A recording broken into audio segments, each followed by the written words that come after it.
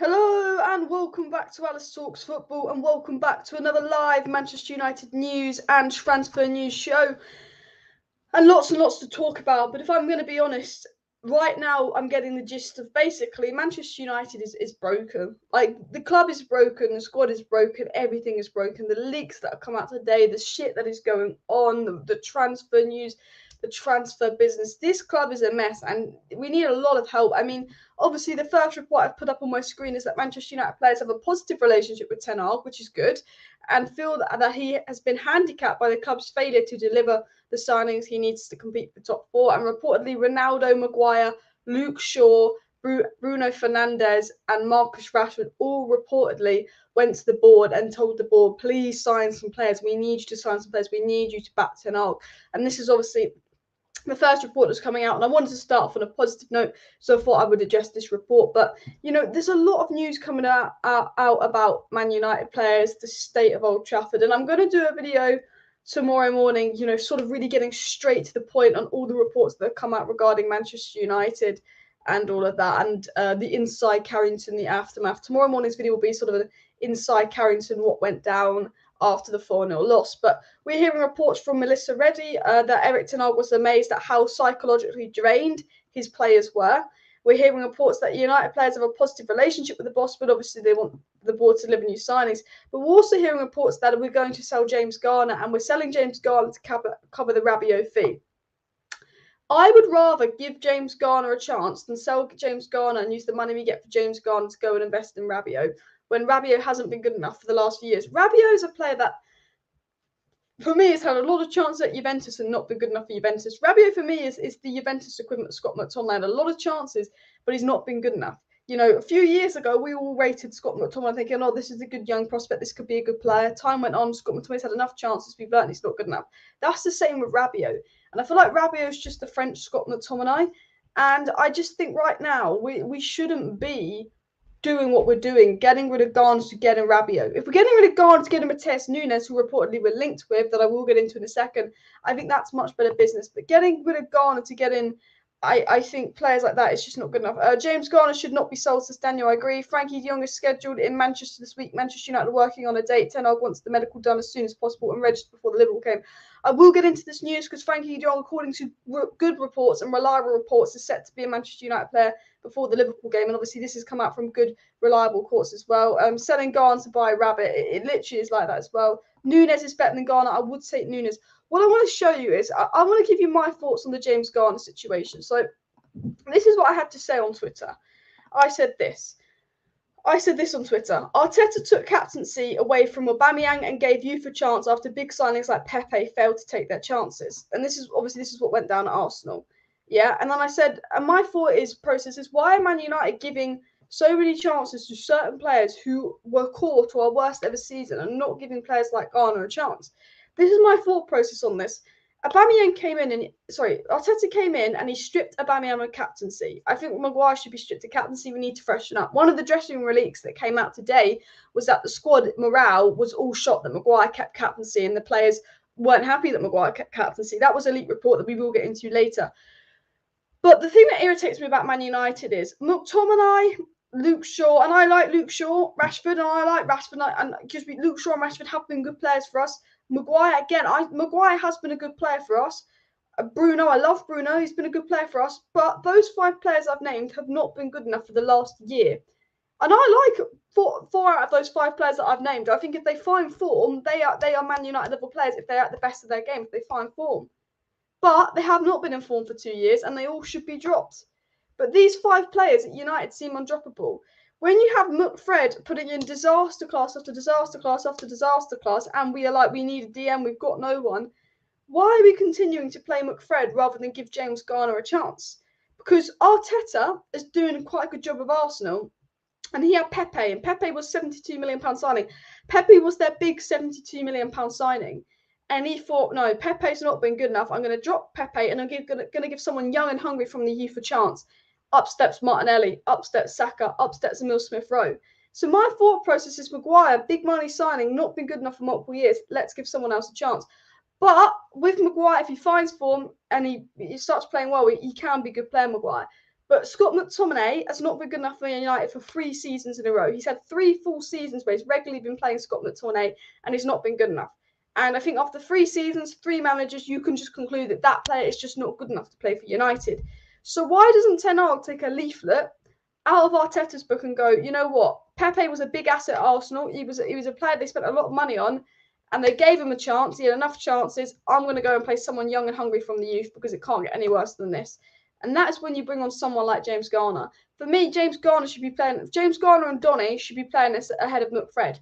Because McFred have had 3 seasons where they've been consistently shit. McFred played pretty much week in, week out in midfield in our worst ever season.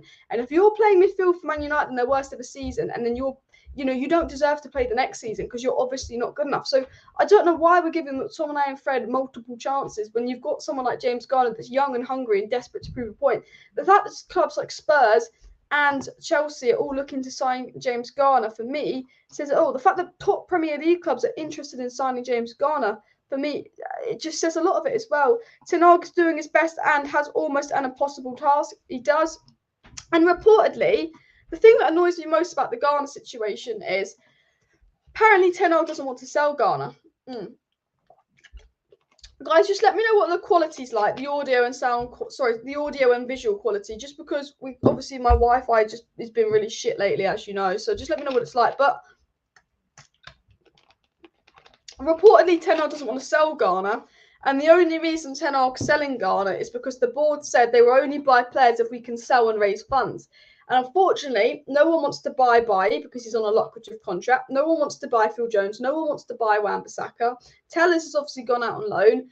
Dean Henderson's gone out on loan. No one wants to buy any of our players. James Garner right now is our most valuable asset at £15 million. And Ten Hag's in a position where Ten Hag doesn't want to sell James Garner. Ten Hag doesn't. I know Ten Hag doesn't. We've been told Ten Hag doesn't want to sell Garner. But because the board is so incompetent, the board is saying, if you want new players, you've got to sell James Garner.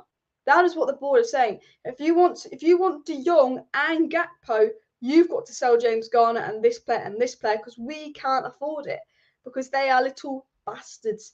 And Ten Hag reportedly does not want to sell James Garner, but he's being forced to by the Manchester United board because it's a mess. And I'm trying to find the tweet. I want to get a tweet up for you guys. And this was from, if I can find it, this is it. This is from Structure, and I trust Structure. He's not the type of guy to make something up and put it on Twitter. And he said that he just spoke to someone, Ten Hag, and Ten Hag does not want to sell Garner. The club does. Get it into your head that we're not a football club. And reportedly, Ten Hag doesn't want to sell Garner. In fact, we know Ten Hag doesn't want to sell Garner. Ten Hag's only selling Garner because he wants the money so we can buy new players. And the board have said to him, if you want to buy new players, you've got to sell. So Ten Hag's almost being forced to sell Garner. So it's a situation where I sit here and go, McTominay has had enough chances. McTominay was core midfielder in our worst ever season. McTominay's had 3 seasons, 3 managers, and he's not been good enough. And we have Garner on the bench that's been absolutely brilliant for Forest on loan. For me, McTominay is the player we should be selling because Newcastle offered us 25 million for McTominay. The thing that infuriates me is Newcastle offered us 25 million for McTominay, and if you said to me, sell Garner for 15 million or sell McTominay for 25 million, I'm selling McTominay for 25 million in a heartbeat. Garner might not be good enough for Manchester United, but he's young, he's hungry, and we need to freshen up. We need to give someone else a chance. And this is why I was throwing back to the Arsenal thing. We didn't know if Martinelli was good enough for Arsenal. We didn't know if Smith Rowe was good enough for Arsenal. We didn't know if Nketiah was good enough for Arsenal. But Arteta was like, well, Aubameyang's acting like a prick. Pepe's not good enough. He's had too many chances. Aubameyang just went, okay, Nketiah, you do you. Martinelli, you do you. And when Arteta changed from the big names that played year after year for Arsenal and let them down, but they were the favourites and the big players, and then when he changed from the big players and thought, Martinelli and Nketiah, I'm going to give you a chance, what did Arsenal do? They started looking good. And for me, that is what United have got to do. We've got to move away from this Scott McTominay crap. We've got to move away from this McFred, Bruno, Maguire, Shaw, Rashford favouritism crap and go, you know what? You need to prove that you should be in the starting 11. I want to put young, hungry players, and I'm going to put Garnacho in because he's young and hungry. I'm going to play Garner because he's young and hungry, and everyone else in this position has let me down. I'm going to play Donny because he's desperate to prove a point, work hard, and see if he can get back in the Dutch squad for the World Cup. You know, we should be playing those young, hungry players, but we don't seem to change it up. There is a report going around that apparently certain Man United players have a clause in their contract that they have to play a certain amount of minutes, which could be why all these crap players are playing so much. But personally, I do not believe that rumour. I would only believe that rumour if someone like the Athletic or Ornstein or Whitwell kind of got on that. So I would take that with a pinch of salt. But we need to be selling players like McTominay. I'm sorry. I know we're short on midfielders, but if you've been here 3 seasons and you've not been good enough, you need to be sold. A lot of these players that will be involved and will probably play week in, week out this season should be for sale because they were involved in our worst ever season for 9 years. Basically 9 years. Worst ever Premier League season, though, those players were involved in. And I think, you know, 9 of the core players who were involved last season in that shit show are now going to start week in, week out under 10 up because we've not invested for them. And for me, it's just a disgrace. For me, it's absolutely unforgivable. I will get into the live chat as well. Erik ten Hag's a moron. You don't want that. Erik ten Hag. I don't think Erik ten Hag wants to sell Garner. I think it's that Erik ten Hag wants the money so he can buy players as well. Same as Ten Hag wants Ronaldo out. Joel Glazer blocking it from happening. Apparently, Ten Hag wants Ronaldo out, but Joel Glazer doesn't want Ronaldo to go because Ronaldo's going to bring in all that commercial money. Just suggesting again, United are a commercial club, not a football club. The Glazers, the board, they don't care about all of this stuff. They care about money. Big up Paul. Paul says, please do smash that like button. Of course, subscribe down below if you're new. Yeah, guys, we're really, really close to 45.4k. We're on 45,399 subscribers. So do subscribe if you're new. See if we can hit that target as well. Last season, Forest Garner was Mr. Consistent. And also, I watched Nottingham Forest play Leicester. I watched Nottingham Forest play Arsenal. And I watched Nottingham Forest play Liverpool last season. And James Garner was consistently good in all of those games. Tell me, Scott McTominay versus Arsenal and Liverpool last season was a ghost. Okay, Scott McTominay versus Leicester was shit last season. James Garner plays Leicester, Arsenal, and Liverpool in a Nottingham Forest side and can deal with it. And they beat 2 of those 3 sides. He can deal with it. And I don't understand why James Garner's not getting a chance when last season he played against Premier League opposition and did a much better job than McTominay has ever done in a Manchester United shirt. You know, for me, it just makes no sense as well. A club will buy Fred as he looks quality. Look at him at Shakhtar before we brought him and just not been the same at United. I'm worried that everyone we buy seems to be shit at United. And I think the lack of structure in place. Look at Eriksen. He's not a bad player. He's going to become shit because he's at United. Look at Martin. It's not a bad player. He's going to become shit because he's at United. Because United neglects so many areas, we can't build a team. Bruno, Donny and Eriksen, whenever they play in that 10 role, they're all shit. They've all been shit for the last 3 months whenever they play in that 10 role. And that is not because Bruno, Eriksen and Donny are shit players. That is because the players behind them cannot break the lines and give them the ball when they want the ball. And because we've not built a good team from back upwards, other players lack.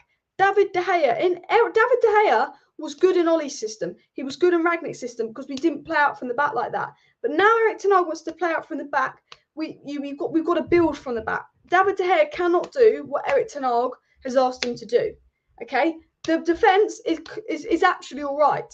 Okay, Luke, the fullback, the centre backs have been all right. Maguire and Martinez, I believe, can form a good partnership. I think Varane needs to be swooped in there though, and I think Lindelof, Varane, Maguire, and Martinez aren't bad centre backs. I'm not bothered about the centre back situation. I think they're out of form. I think if you can improve the goalkeeping situation, the fullback situation, the midfield situation, the centre backs will improve. The fullbacks are not good enough. Give Malacia a chance. Delot needs some serious competition because I don't think he's good enough. The big problem is the midfield. Now, the reason why I'm protecting the centre-backs is because the centre-backs are breaking the lines for the midfielders. Martinez and Maguire are doing what McTominay and Fred should be doing on the ball. Because McTominay and Fred do not have... McTominay and Fred are shit out of possession and shit in possession. I'm sorry. Fred, with a good DM next to him, playing Fred as an 8 is a good player. Okay? There's a good player in Fred. We saw it under Rangnick. But Fred and McTominay does not work. Everyone knows they do not work. And my issue... is Fred and McTominay should not be playing together. And the problem is when Bruno's got Fred and McTominay behind him, when Donny's got Fred and McTominay behind him, when Eriksen's got Fred and McTominay behind him, they're all going to struggle in that 10 position because Fred and McTominay do not pass the forwards the ball when they want it. They cannot break the lines. And the rest of the United squad is struggling for that. This season could be as bad as the season we got relegated all those years ago. I mean, at this rate, it could be as well.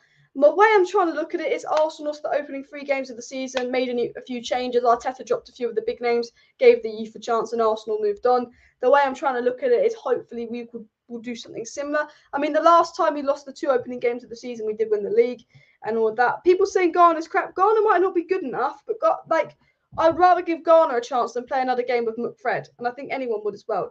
Glazers out, we want new owners. Do smash that like button if your Glazers out as well. I'm not defending Maguire. Maguire should be dropped. Harry Maguire is not good enough. What I am saying is centre-backs is the least of my issue at United. We've got Varane, we've got Martinez, we've got Maguire, we've got Lindelof, we've got Bailly. I'm not bothered about the centre-back scenario at Manchester United. I think it's the least of our priorities. We've got lots of players there. Maguire in form can be good. Martinez is a good player. Varane is a good player. Lindelof is an all right player. I'm not bothered about the centre-back situation.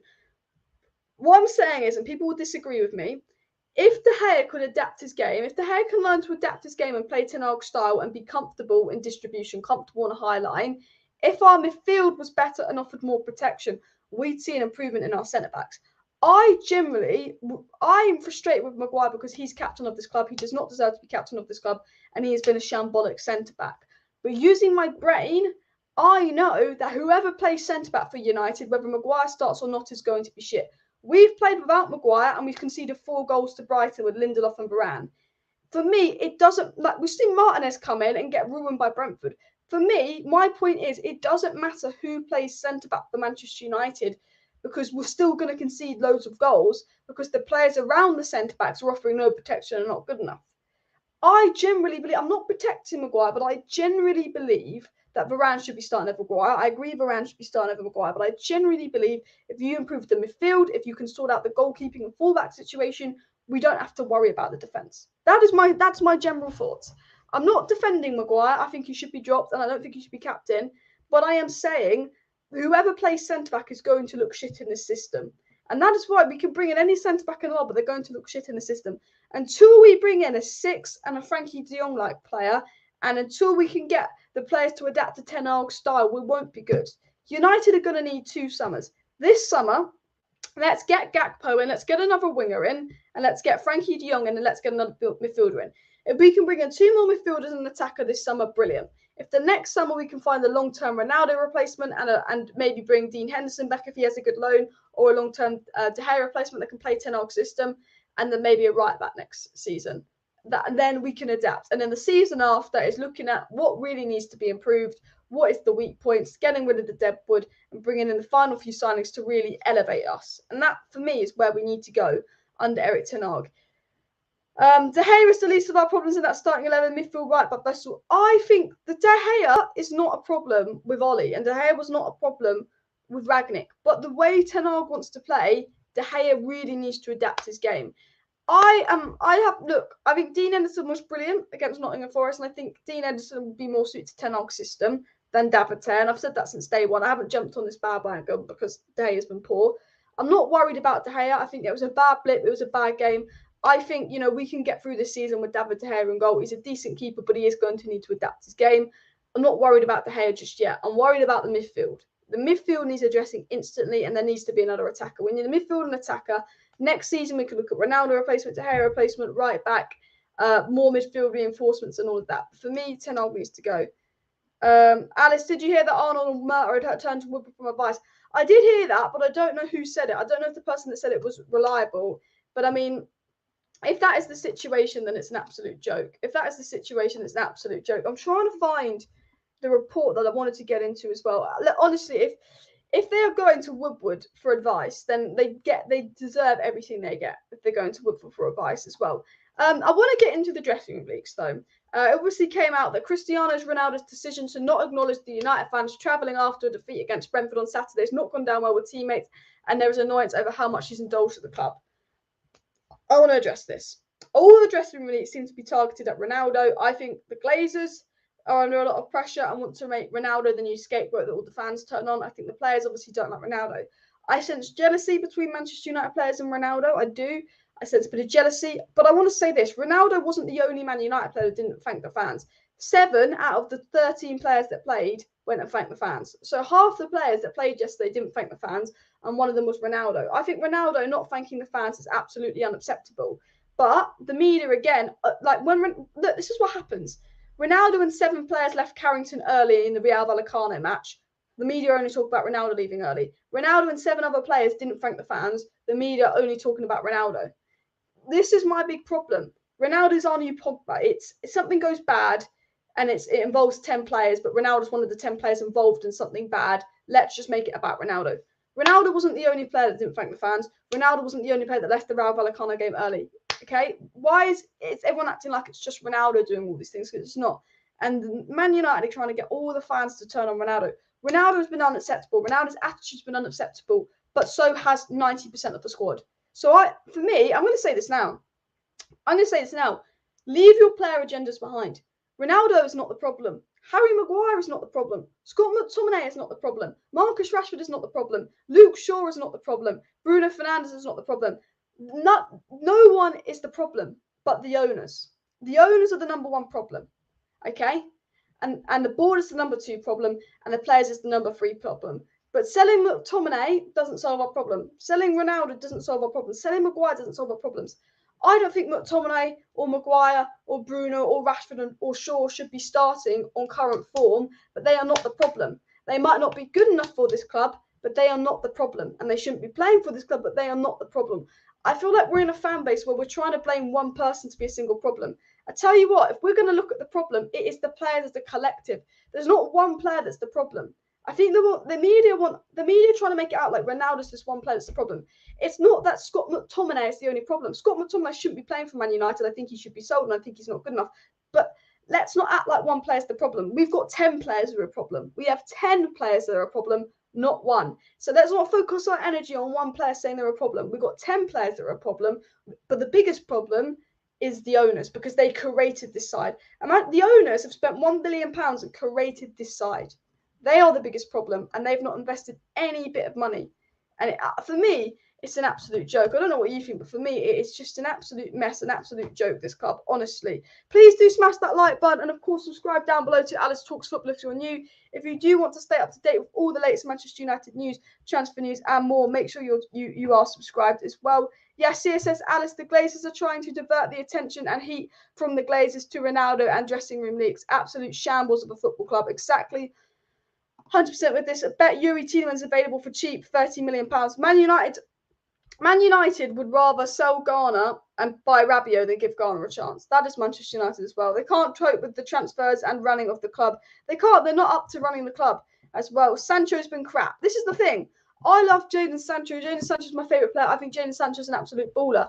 But Jadon Sancho was just as crap as everyone else on that pitch versus Brentford, and just as crap as everyone else versus Brighton. This is why it annoys me when people scream, "Sell Maguire now!" Okay, it annoys me. I don't think Maguire should be starting. I don't think McTominay should be starting. But I've always said this. There's not one player that is a problem at this club. There is 10 players that have been underperforming and not been good enough. Selling one player would not change a thing. You have to sell multiple players and bring multiple in. As Ragnick said, 10 out of 10. And there's not one person to blame for the mess at this club. Not one. I want to follow up and get into some more news. So what's come out basically regarding Ten Hag and all of that is what I want to get into as well. So basically, here we go. So Ten Hag has made his feelings known to the players at half-time and then again at full-time during the Brentford game, before informing them that yesterday's scheduled day off was cancelled, and the Manchester United players yesterday had to get to Carrington for 9 a.m. and the coaching team was so embarrassed by the statistics that showed that Brentford ran 14 kilometres further than us, that Ten Hag and his staff set up a training session where they had to run 13.8 kilometres in the 30-degree heat yesterday. And sources close to Ten Hag say his determination has only been enhanced by these setbacks that will challenge players to improve. Brilliant. Ten Hag's still determined. Ten Hag's not been set back by these results. He's determined to improve. He's got the right mentality. Manchester United sources insist their medical and sports science staff would not approve of any workout that carried high risk of injuries, and it's understood that a couple of players were not involved in the 13.8-kilometre running session, which is fair enough. And the source said that Ten Hag's punishment at 30 degrees heat left the players in ruins. Brilliant.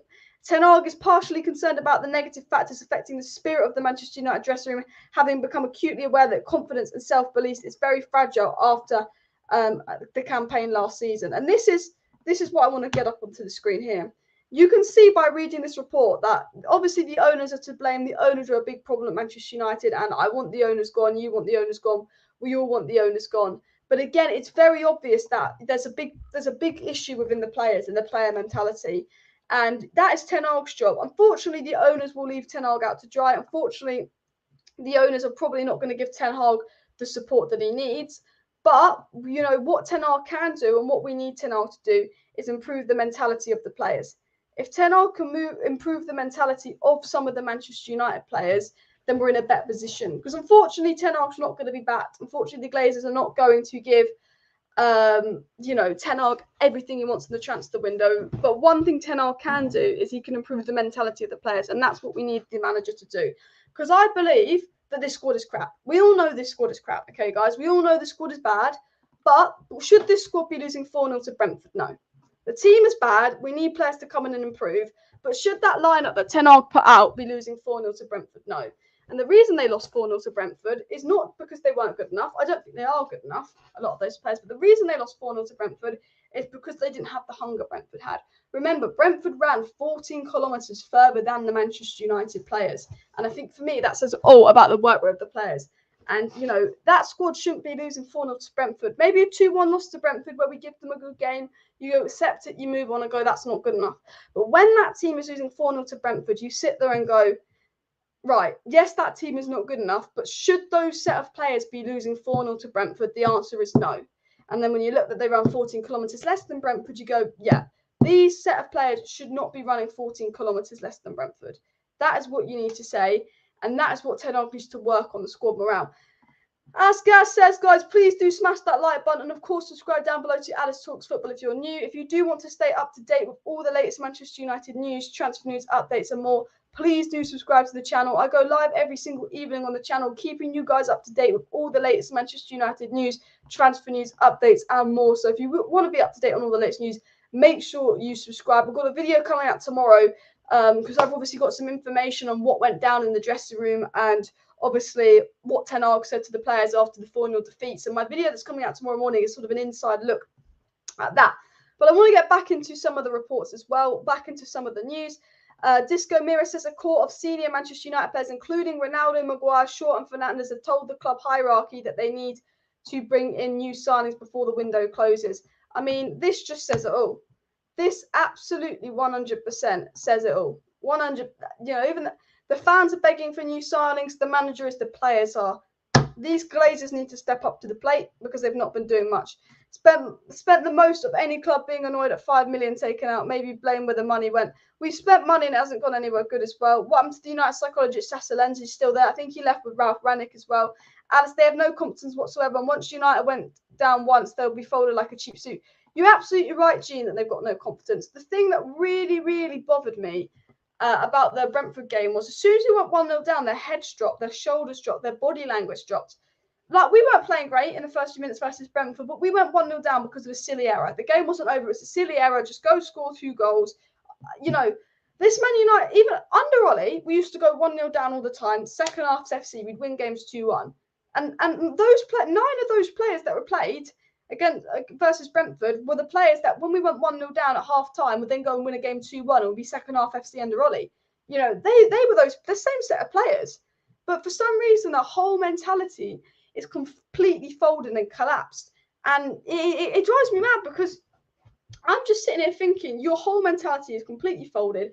It's completely collapsed. Okay, yes, we go 1-0 down.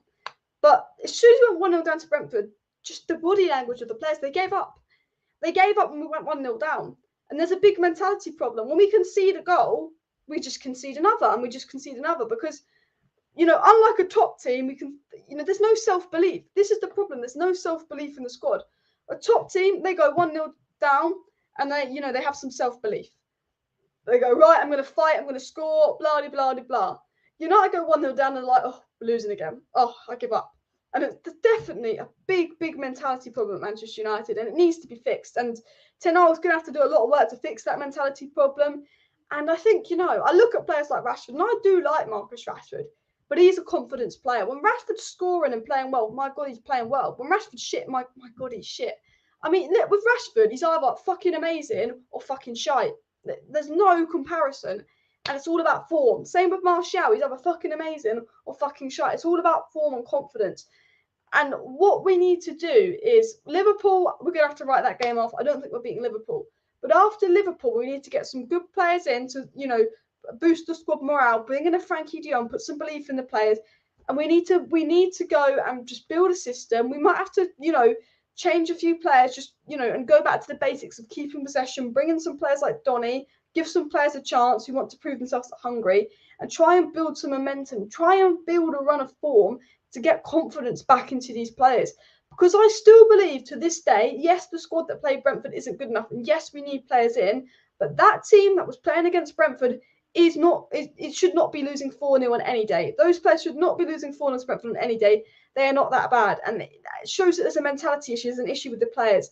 And I just think a big thing that Ten Hag can do, because the board aren't going to fully back, and we know that, is to try and bring some self-belief back into those players, because there is a big issue with mentality of those players. They have hit rock bottom. They have no belief in themselves. They have no confidence. And if you get a confident Sancho, if you get a confident Martial, if you get a confident Rashford, they will score goals. If you get Bruno in form, he will get goals and assists. If you get Maguire in form, he is a competent centre-back. If you get Luke Shaw in form, we know how good he can be. Okay? And a lot of changes are going to need to be made to get those players in form. But let's all think about it. We need to put some self-belief into these players. And people will call me crazy, but that's how I feel. Erik ten Hag needs Frenkie de Jong so badly for his playing style. He does. We cannot play the way Erik ten Hag wants to play because we don't have the players. And we desperately need a Frenkie de Jong. Erik ten Hag, there's a picture that always goes around Twitter, and it goes, a coach can't perform magic. And he's absolutely spot on. A coach cannot perform magic. Erik ten Hag is an absolutely fantastic coach. Me, you, everyone knows Erik ten Hag is an absolutely fantastic coach. But as said, a coach cannot perform magic. Erik ten Hag, Pep Guardiola, Jurgen Klopp, Sir Alex in his prime, no one is going to be able to win games consistently with Fred in midfield. They need a player like Frenkie de Jong, because Ten Hag cannot perform magic. Ten Hag needs a few players like Frenkie de Jong. He needs a few core players, and then he can work with what he's got. Hopefully they vest in January. No faith that the Glazers will, but get a Frenkie de Jong and get another attacker in and just see what Ten Hag can build. A lot of people talking about putting Martinez in midfield. Personally, he's brought Martinez in to be a centre-back. Vidic was shaky at first at United. Evra was shaky at first at United. Just give Martinez a bit of time to grow. I'm not bothered about Martinez. He was all right versus Brighton. He was crap versus Brentford, but I'm not that fussed. I keep Martinez at the back. He hasn't played midfield in a few years. So I think it'll be weird to play him in midfield. For Liverpool, I will generally play Garner and Donny for Liverpool. What would you guys do versus Liverpool? I'm actually really intrigued to see what you would do as well. No new signings, that's the end of us, plus other things as well. It's frustrating that there's no new signings as well. And with the right players, Erik ten Hag performed well in Europe with Ajax. He does. We need to back Ten Hag. Why aren't we starting Mathues? I don't know. I don't know as well. Frenkie de Jong wants Liverpool. Frenkie de Jong reportedly is going to be a Man United player before Liverpool. Let me find the report.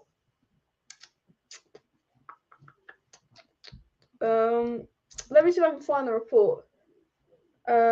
Breaking. Yeah. This is Alex Crook. Obviously, Central Devils, what they do is they do like a tier list ranking. So if there's a moon and it's a full moon, it's tier 1 source. And breaking, I've heard Frenkie de Jong will be a Manchester United player before the Liverpool game. There's a lot of reports out there and a lot of good outlets suggesting that Frenkie de Jong will be a United player before the Liverpool game. I'm taking it with a pinch of salt. My sort of mindset is let's just wait and see what happens. I'd love Frenkie de Jong to be a player before the Liverpool game. I have absolutely no faith in Ronaldo, so no faith in Man United to get transfers done. We'll wait and see what happens. But there are lots of positives regarding Frenkie de Jong as well. Allison, this is obviously the Liverpool game is in an hour, so that is the lineup. Hopefully Liverpool lose. They're playing Palace. Big up Crystal Palace today, and at least part of the bus next game. We can't have a 5-0, 6-0 embarrassment. I am worried. I am worried, absolutely worried as well. I read today that United have paid De Jong his deferred wages. This is what I want to get into. Thanks for reminding me, Nick. I think Man United are in a situation where not getting De Jong before the season started has cost us. It's obviously cost us on the pitch.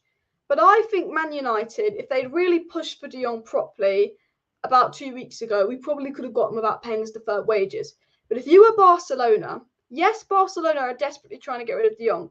But if you were Barcelona and you look at the current state of Manchester United and you look at that Man United are going for players like Rabiot, if I was Barcelona right now, if I was in charge of the finances of Barcelona, I would just sit and wait for United to cave in and pay De Jong's deferred wages, because United needs De Jong more than ever. United are desperate. And if I worked at Barcelona, I'd be like, look, let's not worry about De Jong not taking a wage cut and us not being able to register players. Like, I know United are going to pay De Jong's wages. United are desperate. They cannot not sign De Jong. The pressure is on the owners. United's falling apart. United's mudded. I think Barcelona, if I ran Barcelona, I'd be like, boys, we're in a good position here. I generally believe United will pay in and pay De Jong's wages. Look how desperate they are. And we could get another 17 million for De Jong. And I would sit back and I would relax if I was the Barcelona owners. Because I think Barcelona know that. But Man United are going to go and have to pay De Jong's deferred wages now. I think if we'd really pushed for him 2 weeks ago before the season started, we probably wouldn't have had to pay his wages. And if De Jong had really pushed, you know, it could have been done without having to pay his wages. I think now the season started and we start the season as bad as we have, I think Barcelona will just sit there and go, this team is desperate. The fans want the owners out. The board have made a mess of this transfer window. And I think we will cave in and pay De Jong 17 million in deferred wages, which was never the plan. But because we've handled this transfer window so badly, it's what we're going to have to do to get Frenkie De Jong. And I think Barcelona will sit there relaxed and then go, United cannot afford not to get De Jong, and they will cave in and pay the deferred wages. So if I was at Barcelona right now, I'd just be very relaxed as well. Honestly, put Martinez on a medieval stretching machine. I don't think Martinez's height is an issue. I don't think it's as big an issue as people try and make it out to be as well. We're going to have to overpay for De Jong. Man United are in a situation now. This is the other thing that annoys me. Man United seem to think in the transfer window, the longer you spend on deals, the more likely the club's going to lower the price. And Man United always go into transfer windows with this mindset of, okay, maybe they'll lower the price towards the end of the window when they realise we're not going to budge to their asking price. But in fact, clubs don't do that, especially with Man United, because they know that United have got the money and they know United are fools and we can play United in transfer window. But remember, it took us 8 weeks to sign Maguire because we wanted to get him for less than 80 million. And 8 weeks later, Leicester did not budge on that asking price. It took us 6 months to sign Bruno because Sporting did not lower that asking price. It took us over a year to sign Sancho because we waited for them to lower the asking price. United seem to wait on transfers because I feel like they assume that clubs are going to lower the asking price towards the end of the window, but they don't. The one problem is, towards the end of the window, clubs up the asking price because they have less time to find a replacement. The longer and longer you wait to sign a player, the more they actually end up costing because there's less time for clubs to find a replacement. But also, if you look at the state of Manchester United, if you were a club right now and Man United make an offer for one of your players, you're going to go, Man United are fucking desperate. They're going to overpay for anyone right now. They desperately need someone. You'd stuck another 20 million on them. You know, there's that Matheus Nunes that Wolves want, that West Ham want. I tell you this now, they're probably upset 40 million for him. But if United go in and go, I want this Matheus Nunes, they'll probably say he's going to cost 60 million. Cody Gakpo was 30 million. They're now saying it's going to cost 50 million. Because the clubs do this thing right now, because now we're at the end of the window, they've got less time to replace their star players, so they're going to be more expensive. But also, every club in the world will look at United and go, United are in this completely messed up, dire situation. They're desperate for signings. If I'm a sporting director of any club in the world and United is coming for one of my players that I would have happily sold for £20 million, let's say I run AC Milan, and AC Milan have got a really good young up-and-coming CDM that's 22 years old and would be about 25 million. And then United, and I was about to sell them to 25 million for someone like Wolves. And then United go in for this player. And if I run AC Milan, I'd say he costs 50 million because I would know that United were desperate and they would probably have to end up paying this money for this player if that's who the manager wanted. Because I'd say they've lost 4-0 to Brentford. They've not had a good transfer window. The fans are on them. I generally think we can double the price of this player and United will pay it. And we are now, because we took so long to sign players, because we took so long to get Anthony, Ajax had double the price of Anthony and we're probably not going to get him. And because we took so long on De Jong, Barcelona will look at the situation we're in and think we'll pay De Jong's wages. I think because we're taking so long on players, it's honestly, it's costing United as well. I think it really is costing United as well. And we'll be playing Barcelona next. Honestly, Man United, look, I don't know if Frenkie de Jong's going to come or not. I think it's going to have to happen. I think United are in a situation where it's so bad that they cannot afford to not get De Jong, and I do think we'll get De Jong.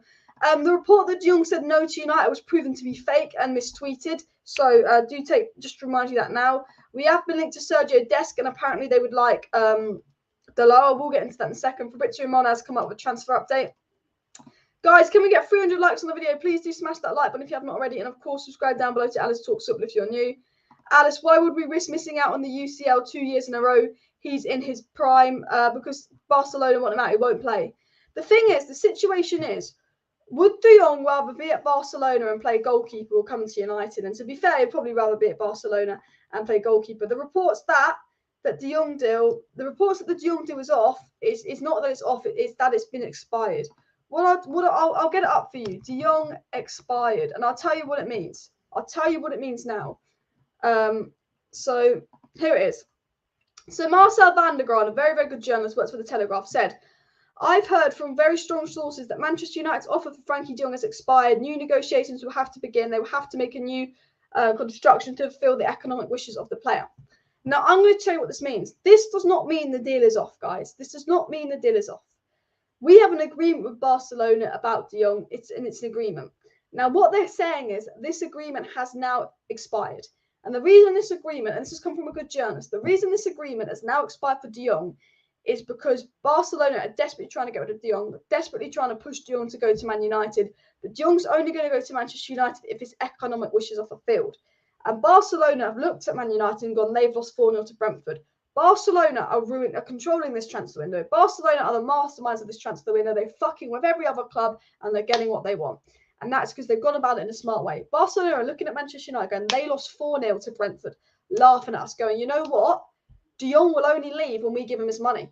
But Barcelona have sat there and looked at each other. They've probably had a meeting and gone, how about we expire that agreement we have with Man United and add £17 million to that agreement we have for United and say they've got to negotiate a new agreement, 70 million more, because they've now got to pay De Jong's deferred wages. And that's what they're doing. The deal is not off. De Jong hasn't refused Man United. That was misquoted.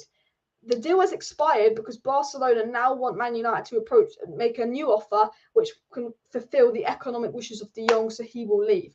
Basically, they've got rid of this agreement and said, no, this is the new agreement you're going to have to make to get De Jong because this is going to cover his wages and we're going to be forced into covering De Jong's wages because we took so long on the deal and because we started the season so badly in Barcelona, how desperate we are for the player. So United are now going to be mugged off into doing a new deal with Barcelona to cover De Jong's wages. And what's going to happen is United are desperate to get De Jong before Liverpool, and we are going to have to cave in and cover De Jong's wages. And the money we get from Garner, unfortunately, will be going towards Rabiot and De Jong's wages because, unfortunately, our board are willing to spend less than 100 million net spend. And that's why we're desperately trying to sell players. And because of how bad we've been in the transfer window, we are now being mugged off. That is the situation with De Jong. Let me just have a quick sip of water and then I'll get to the Moises Caicedo news. I do want to get into the Moises Caicedo news. I do want to get into the Cody Gakpo news. There is a lot to talk about as well. I don't see the logic in selling James Garner. He's twice the player than Toilet. I agree. Frenkie de Jong never wanted to come. You never have agreement with him. Frenkie de Jong is I will say this now. We've been told that Frenkie de Jong has privately communicated to Ten Hag that he would be interested in joining, but he wants to get his financial package from Barcelona before joining. If De Jong wasn't in for United, we would have moved on from weeks ago. Okay, I'm telling you that now. I'm telling you that now. Look, we're all bored of the De Jong situation. We are all bored of the De Jong situation, but that's it. As I think if we lose against Liverpool and Southampton, we'll go on a break the bank for Anthony or Cody Gakpo, maybe.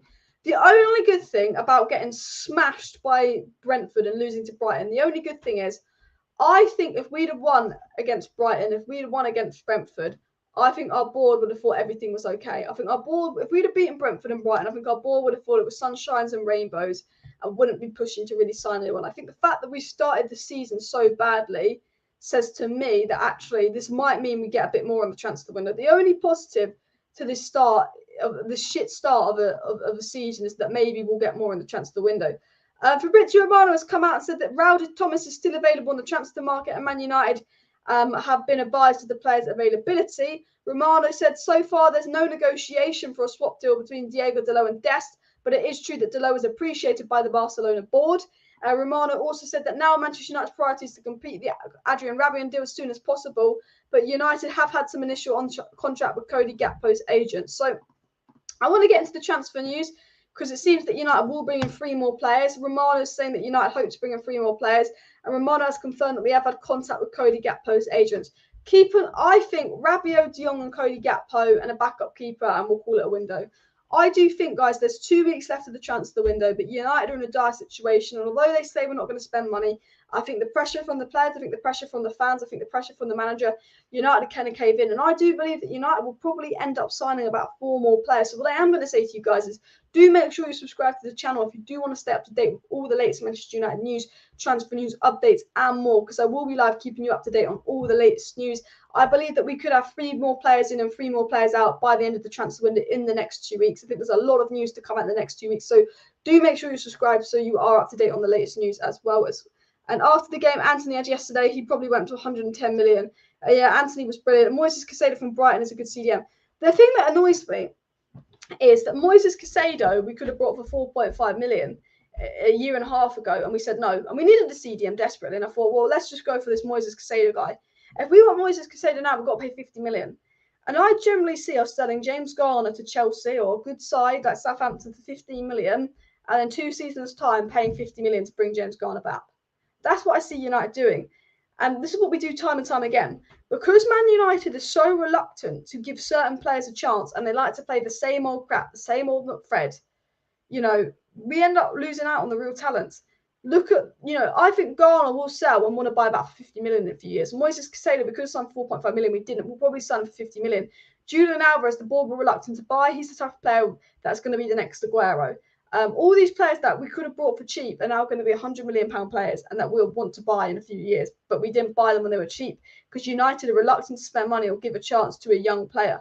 And I think if you want to be a City, if you want to be a Liverpool, you've got to go and give young players a chance. I think, look at Arsenal. They started the season playing the same old crap. They phased Pepe out. They phased Aubameyang out. They gave 2 young players a chance that were hungry and weren't proven, and they look a much better side.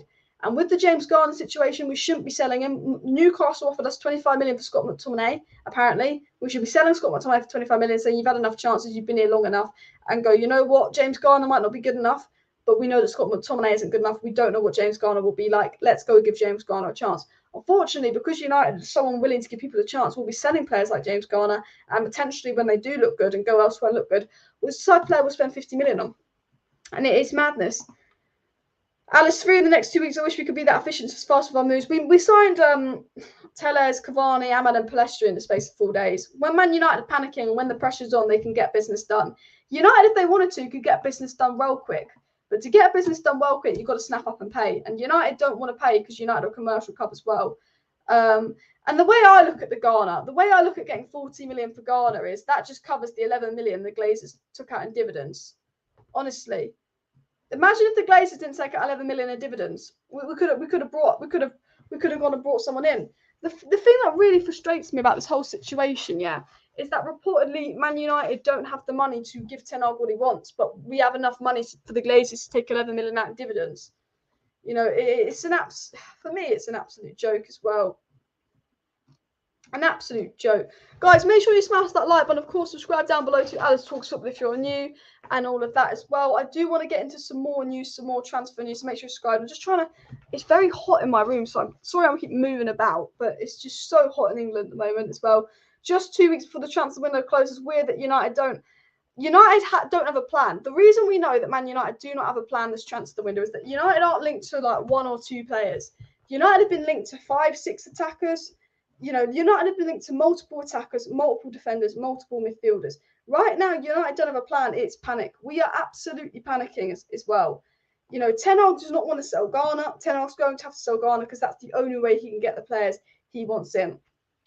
It has been said that ERIK has contacted Cody Gakpo about a possible transition to the Premier League. There's currently a dormant interest from Manchester United, and that PSC assume that Cody Gakpo they'll still have Cody back for the game against Rangers. United are in for Cody Gakpo. Reliable sources have said that. I want to get into a little bit more transfer news quickly. It said Roger Tolero said that Barcelona were pushing for De Jong to accept Man United's offer, and Jamie Jackson said Frankie de Jong still remains ERIK ten Hag's #1 target, although he wishes to add a forward with Anthony's Ajax remaining a player of interest. Marcel van der Kraan says, I have heard from very strong sources that Manchester United's offer for Frankie de Jong has expired. New negotiations will have to begin. They will have to make a new construction to fulfill the economic wishes of the player. The Telegraph also said that Barcelona, Telegraph basically said, sorry, via Marcel van der Kraan, obviously the Jong deals expire, we've got to make new ones. And as I said, it's because Barca know we're desperate, and I think Barca are going to make us pay us wages. Following up with transfer news, I want to get quickly into the Mathues and Nunes news. I think he'd be a good signing for Manchester United, but do take the story with a pinch of salt. I think he'll probably end up at Liverpool and we'll all be crying over it. But Manchester United are interested in sporting midfielder Mathues Nunes. He's already rejected Wolverhampton and West Ham for a bigger challenge. Tottenham watching him. Probably will end up at Liverpool, but yeah. James Garner needs an opportunity. PSG rate Rashford at 60 million. I would take 60 million for Rashford in a heartbeat. I think anyone would. I like Rashford, but 60 million, I tell you that now.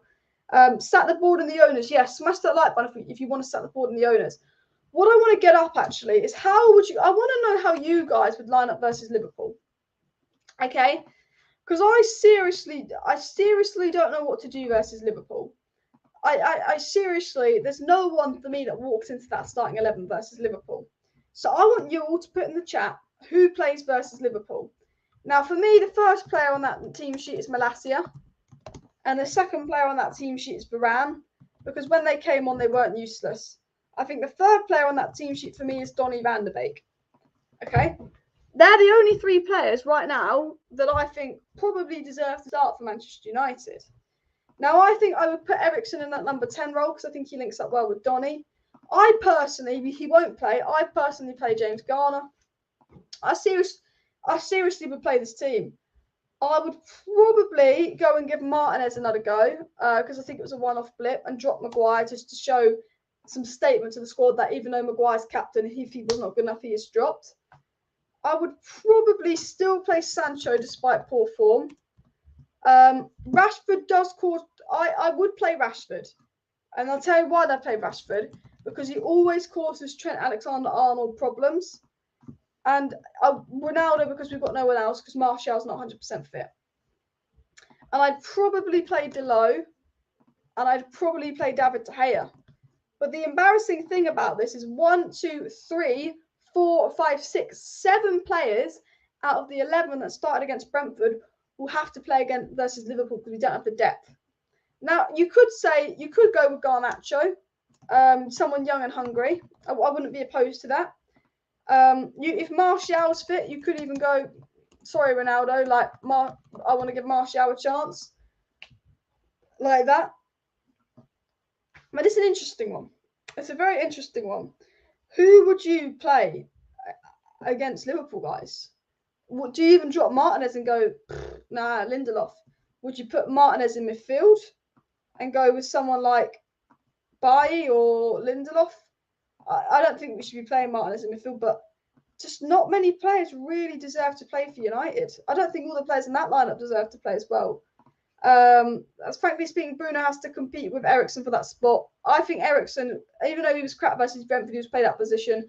I think Bruno should be dropped as well. Asking Varane to come in against the best front three in the league, having not started a game since who knows. I mean, do we go 3 at the back? I mean, this is not what Ten Hag wants to do, but do United need to go do United need to do something like this?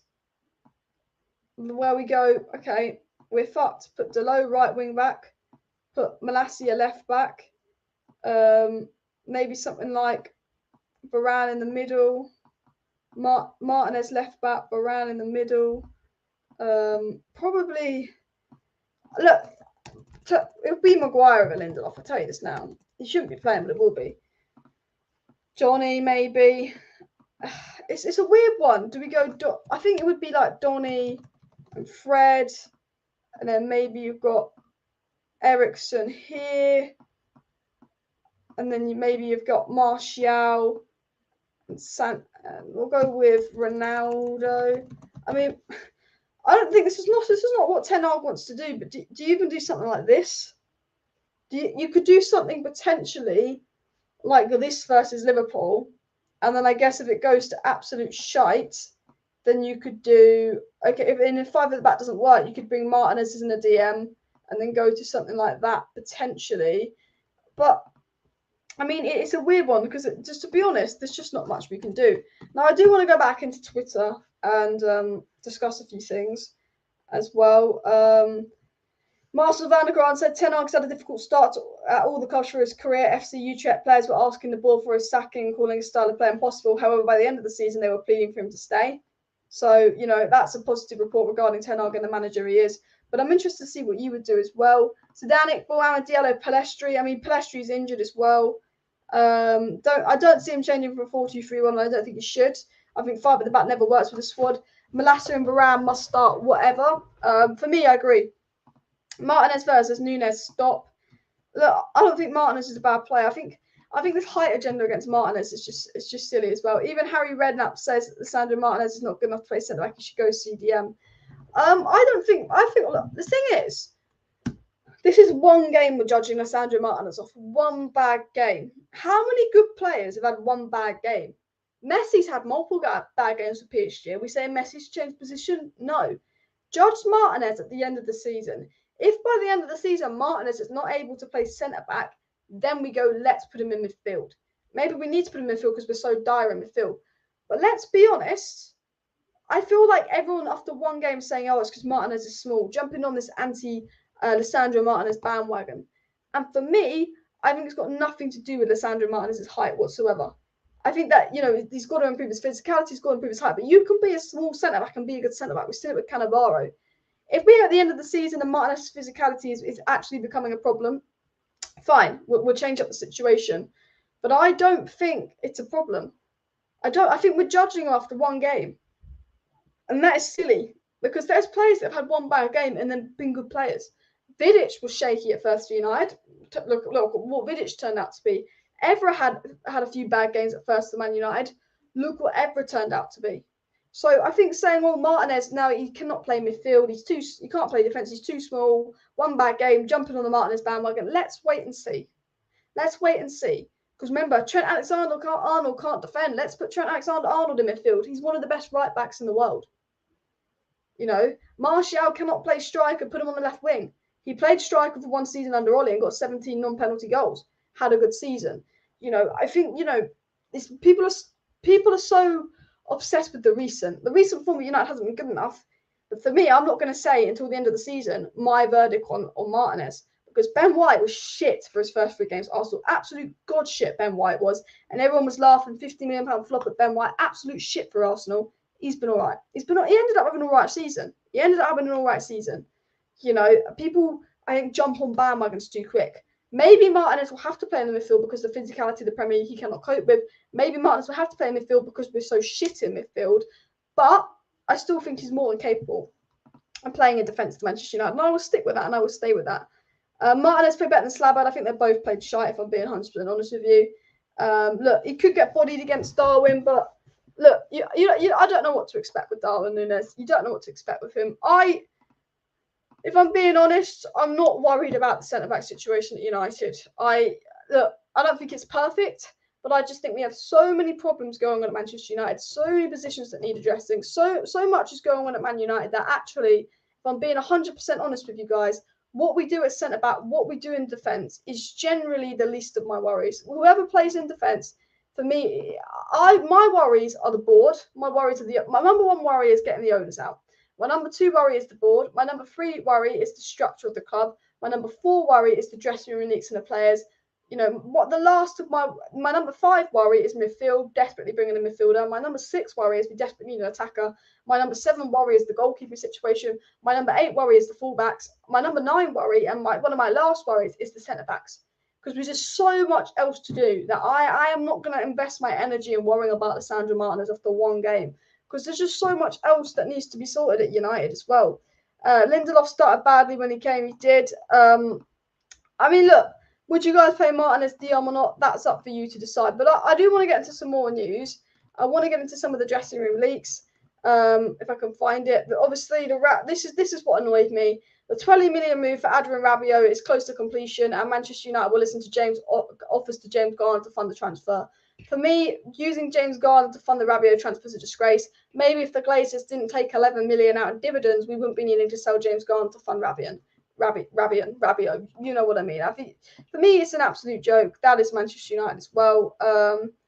Why do I keep saying one game, Alex? Because he was good versus Brighton. I gave him a 7 out of 10 versus Brighton. He's had one bad game in a United shirt. One bad game. Just saw an update on the Mirror that Maguire and Shaw requested to sign new players. They did. I did cover that at the start of the video. I will get into that as well. Manchester United are looking at Alvaro Morata. Manchester United are looking at Icardi. Manchester United still want to sign Anthony. United are looking at Cody Gakpo, Jamie Vardy, and Sasa Kalajdzic as attacking options. United will look to go in for Declan Rice next summer. I still think he'll end up at Chelsea. United will be selling James Garner as well. Erik ten Hag is calling the board for at least 3 more signings before the transfer window closes, and Erik ten Hag wants 2 midfielders signed by the end of August and hopes that Rabiot will be signed for the Liverpool game. And Erik ten Hag wanted to, obviously we know Erik ten Hag made the United players run so much further as well. I want to get back into some more of the news that I was covering near at the start of the video, but basically there's some dressing room reports that I really want to cover, because if I'm being honest, the dressing room reports, read this shit. This is pure shite. Pure shite.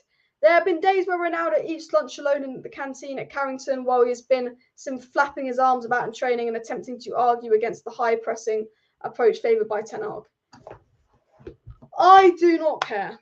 I don't want, and I'm saying this now, I do not want any more dressing room leaks coming out of Manchester United. I've had enough. There are players, Richard Arnold. Richard Arnold went to the pub and he sat down with some Man United fans. And Richard Arnold said to those Man United fans, the people who are leaking stuff have now left the club. Liar. You liar. I'm telling you this now. Because, okay, some of the people that are leaking stuff have left the club. But let's be honest, we all know Erik Bailly is a leaker. He's still at the club. We all know Wan-Bissaka leaks some stuff. He's still at the club. There could be one of the teacher's pet leaking stuff for all we know. The leakers, some of the leakers might have left the club. There are players still at this club leaking stuff. Don't tell me Erik Bailly is not a leaker when some of this shit that came out last season about him having a strop that Maguire was playing over him. Don't, the leakers have not gone. Richard Arnold, liar. And leaks like this annoy me because I'm like, is this a leak from a player or is this a leak from someone inside the club? Because I think the fact that they're saying Ronaldo has been arguing against ten Hag's high pressing system. Man United, and I'm telling you this now, and I've been saying this for a while, what's happening after we lose? Now, when Man United have lost games and had bad spells for years and years and years, okay? But in the last year, we've all woken up to the fact that no manager is going to change the problems going on at United. When things were bad under Moisey, the media, the fans, social media, all was Moyes out. When things were bad under Van Gaal, Sky, BBC, Man United, the pundits, media, social media, were all Van Gaal out. When things were bad under Jose Mourinho, we were all Jose out, the media was all Jose out, the pundits were all Jose out, the social media was all Jose out. When things were bad under Ollie, we all turned on Ollie. The media, us, said he's not good enough, Ollie needs to go. When things went bad under Rangnick and Rangnick started calling out the club, this fan base all of a sudden got reunited and gone, actually, it doesn't matter who the manager is, these players are a problem. But the blame was shifted all onto the players at the end of last season, not the manager. And that was fine. But in the last month, because of this transfer window, because of how poor this transfer window has been, when we're losing games, Sky Sports, BT Sport, the pundits, everyone on social media, they're not targeting a specific player. They're not targeting the manager. They're targeting the board. And this has never happened before because we've been targeting Mourinho, Ollie, Van Gaal. We've been targeting certain players like Maguire. We're not, as a fan base, we're all united. And whenever we lose, our thought process goes to the Glazers and the board. And Sky Sports are now going, God, what are the Glazers doing? BBC Sport are going, what are Man United doing in the transfer window? And all the criticism is falling on Man United and what they're doing in the transfer window. And because of that, because the Glazers are coming under criticism, because the board is coming under criticism, they are now going to use the media to spin a narrative into Ronaldo being the problem. Because they want to divert our attention away from focusing on the board. They want to divert our attention away from focusing on the Glazers, and they want the Man United fans to turn on Ronaldo. Now, I'm not saying Ronaldo is perfect. I'm not saying that Ronaldo doesn't cause issues, but let's not act like Ronaldo is the biggest problem at Man United. And I think all these media reports that are coming out saying Ronaldo this, Ronaldo that have been spun by the board. I think the board and the owners, I realise they're under a lot of pressure. In fact, for the first time in years, people on Sky Sports, BBC Sport are calling out the Glazers. They're finally being called out by the mainstream media, not just the social media fans, the mainstream media. And they need a scapegoat because they are under fire. They're hiding there in Florida And, you know, they would hide there in Florida and let Ollie take all the hate. They'd fly there in Florida and let the players take the blame. But everyone's waking up and going, you know what, we could bring in Klopp, we could bring in Pep. It doesn't matter about the manager. It doesn't matter. What needs to change is the owners. What needs to change is the board. We need to bring in new players, and that is to the board and the owners. And everyone in this fan base has woken up to the idea that no manager in the world is going to change what's happening at United. The players want new players. The manager wants new players. The fans want new players. The media have all realised it doesn't matter who's in charge of United. It's going to be a shit show unless those owners go and invest. And all this attention is on the owners more than ever. So much attention on the Glazers more than ever. And they're going to be doing everything in their power to get the media to be working overtime to spin stories and paint players like Ronaldo into a villain. Ronaldo wants to leave. Ronaldo hasn't been the most respectful this summer. But they will be, and I don't agree with how Ronaldo's gone about wanting to leave. But I will tell you why I don't believe Ronaldo's a villain at United. I think he's probably caused some issues. I don't think he's perfect. And I think if he doesn't want to be here, we should let him leave. But unfortunately, we're in a position where we can't let him leave because the club can't find a competent replacement. But Ronaldo's not a villain at United because last season, when players weren't trying, when players were leaking stuff, when players were faking injuries, when players were refusing to listen to Ralph Rangnick's instructions, there was Cristiano Ronaldo week in, week out, performing, running. Ronaldo was doing Rashford's tracking back for him last season. Certain players, club favourites, weren't playing. They were faking injuries. They weren't running. They weren't listening to Rangnick's instructions. They weren't tracking back. But Ronaldo was. And I hate that now the media are trying to paint Ronaldo out to be this big problem at Man United. When last season, when everything was shit, at least Ronaldo was trying. At least Ronaldo was running back when Rashford wasn't. At least Ronaldo was doing his job and leading the squad when Maguire wouldn't even do post-match interviews after games because he was scared. At least Ronaldo was doing that. But now, because Ronaldo wants to leave, he's pissed off a few fans, they're thinking, well, this is our chance to spin every media narrative and make Ronaldo to be a villain. And the Glazers, the board, because all the pressure's on them, all the media attention's on them to invest. They want to turn us on Ronaldo. They want to divert our attention away from Glazers being out, and they want to turn us on Ronaldo. And they will do everything in their power to make that happen. They will. I'm telling you this now. United plug tweet, take a look at that. What's the latest United plug tweet? Sorry if I've missed a few live chats. Let me know if I've missed any super chat, guys, because my chat's just gone really fast. Is there any super chats I've missed? Someone said I need to look at the United plug tweet. Hakim Ziyech remains a priority for Manchester United and is more attentive to coach on the subject. The board is ready to move for the Moroccan forward. Chelsea aren't too greedy. So this has come from Nabil. I don't know who this journalist is, guys, if I'm being honest. Journalist, French football, Europe 1. Well, he works with some decent outlets. And he's got 400,000 followers, so I assume he's not a bad journalist. Does anyone know how good this journalist is? Does anyone know if this is a good journalist, a bad journalist? Let me know in the chat as well. Honestly, I remember when Europa this year. Aren't you glad we're not in the Champions League? I know this sounds crazy, but aren't you glad we're not in the Champions League, guys? Honestly, not that one. Look at the latest one. Is there a newer one? Is there a newer one?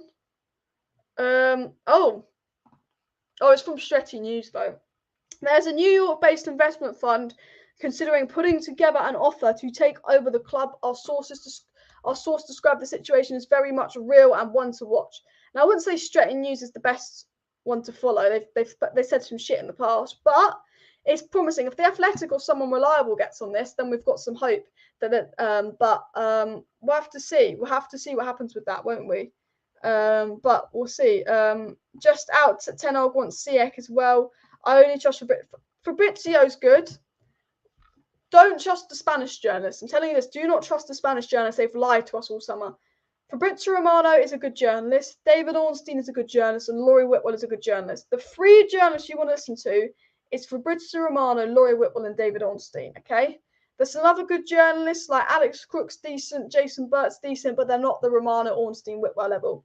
Romano, Ornstein, Whitwell, they're the three you want to listen to. Simon Stone, normally on the money, but he's always quite late with news as well. Ziyech has the right mentality from the start, I assure you. I wouldn't be bothered about us getting Hakim Ziyech. I wouldn't be bothered because it's a player that Ten Hag wants and Ten Hag knows as well. But no American owners. I mean, look, I don't care for American owners as long as they actually want to invest as well. I would take Tammy Abraham at United, but we'd have to massively overpay if we want any chance of signing a player like Tammy Abraham. I'm telling you this now. Guys, I have a dream. I have a dream, guys. And that dream is that United can do a miracle and produce a miracle and get a win versus Liverpool.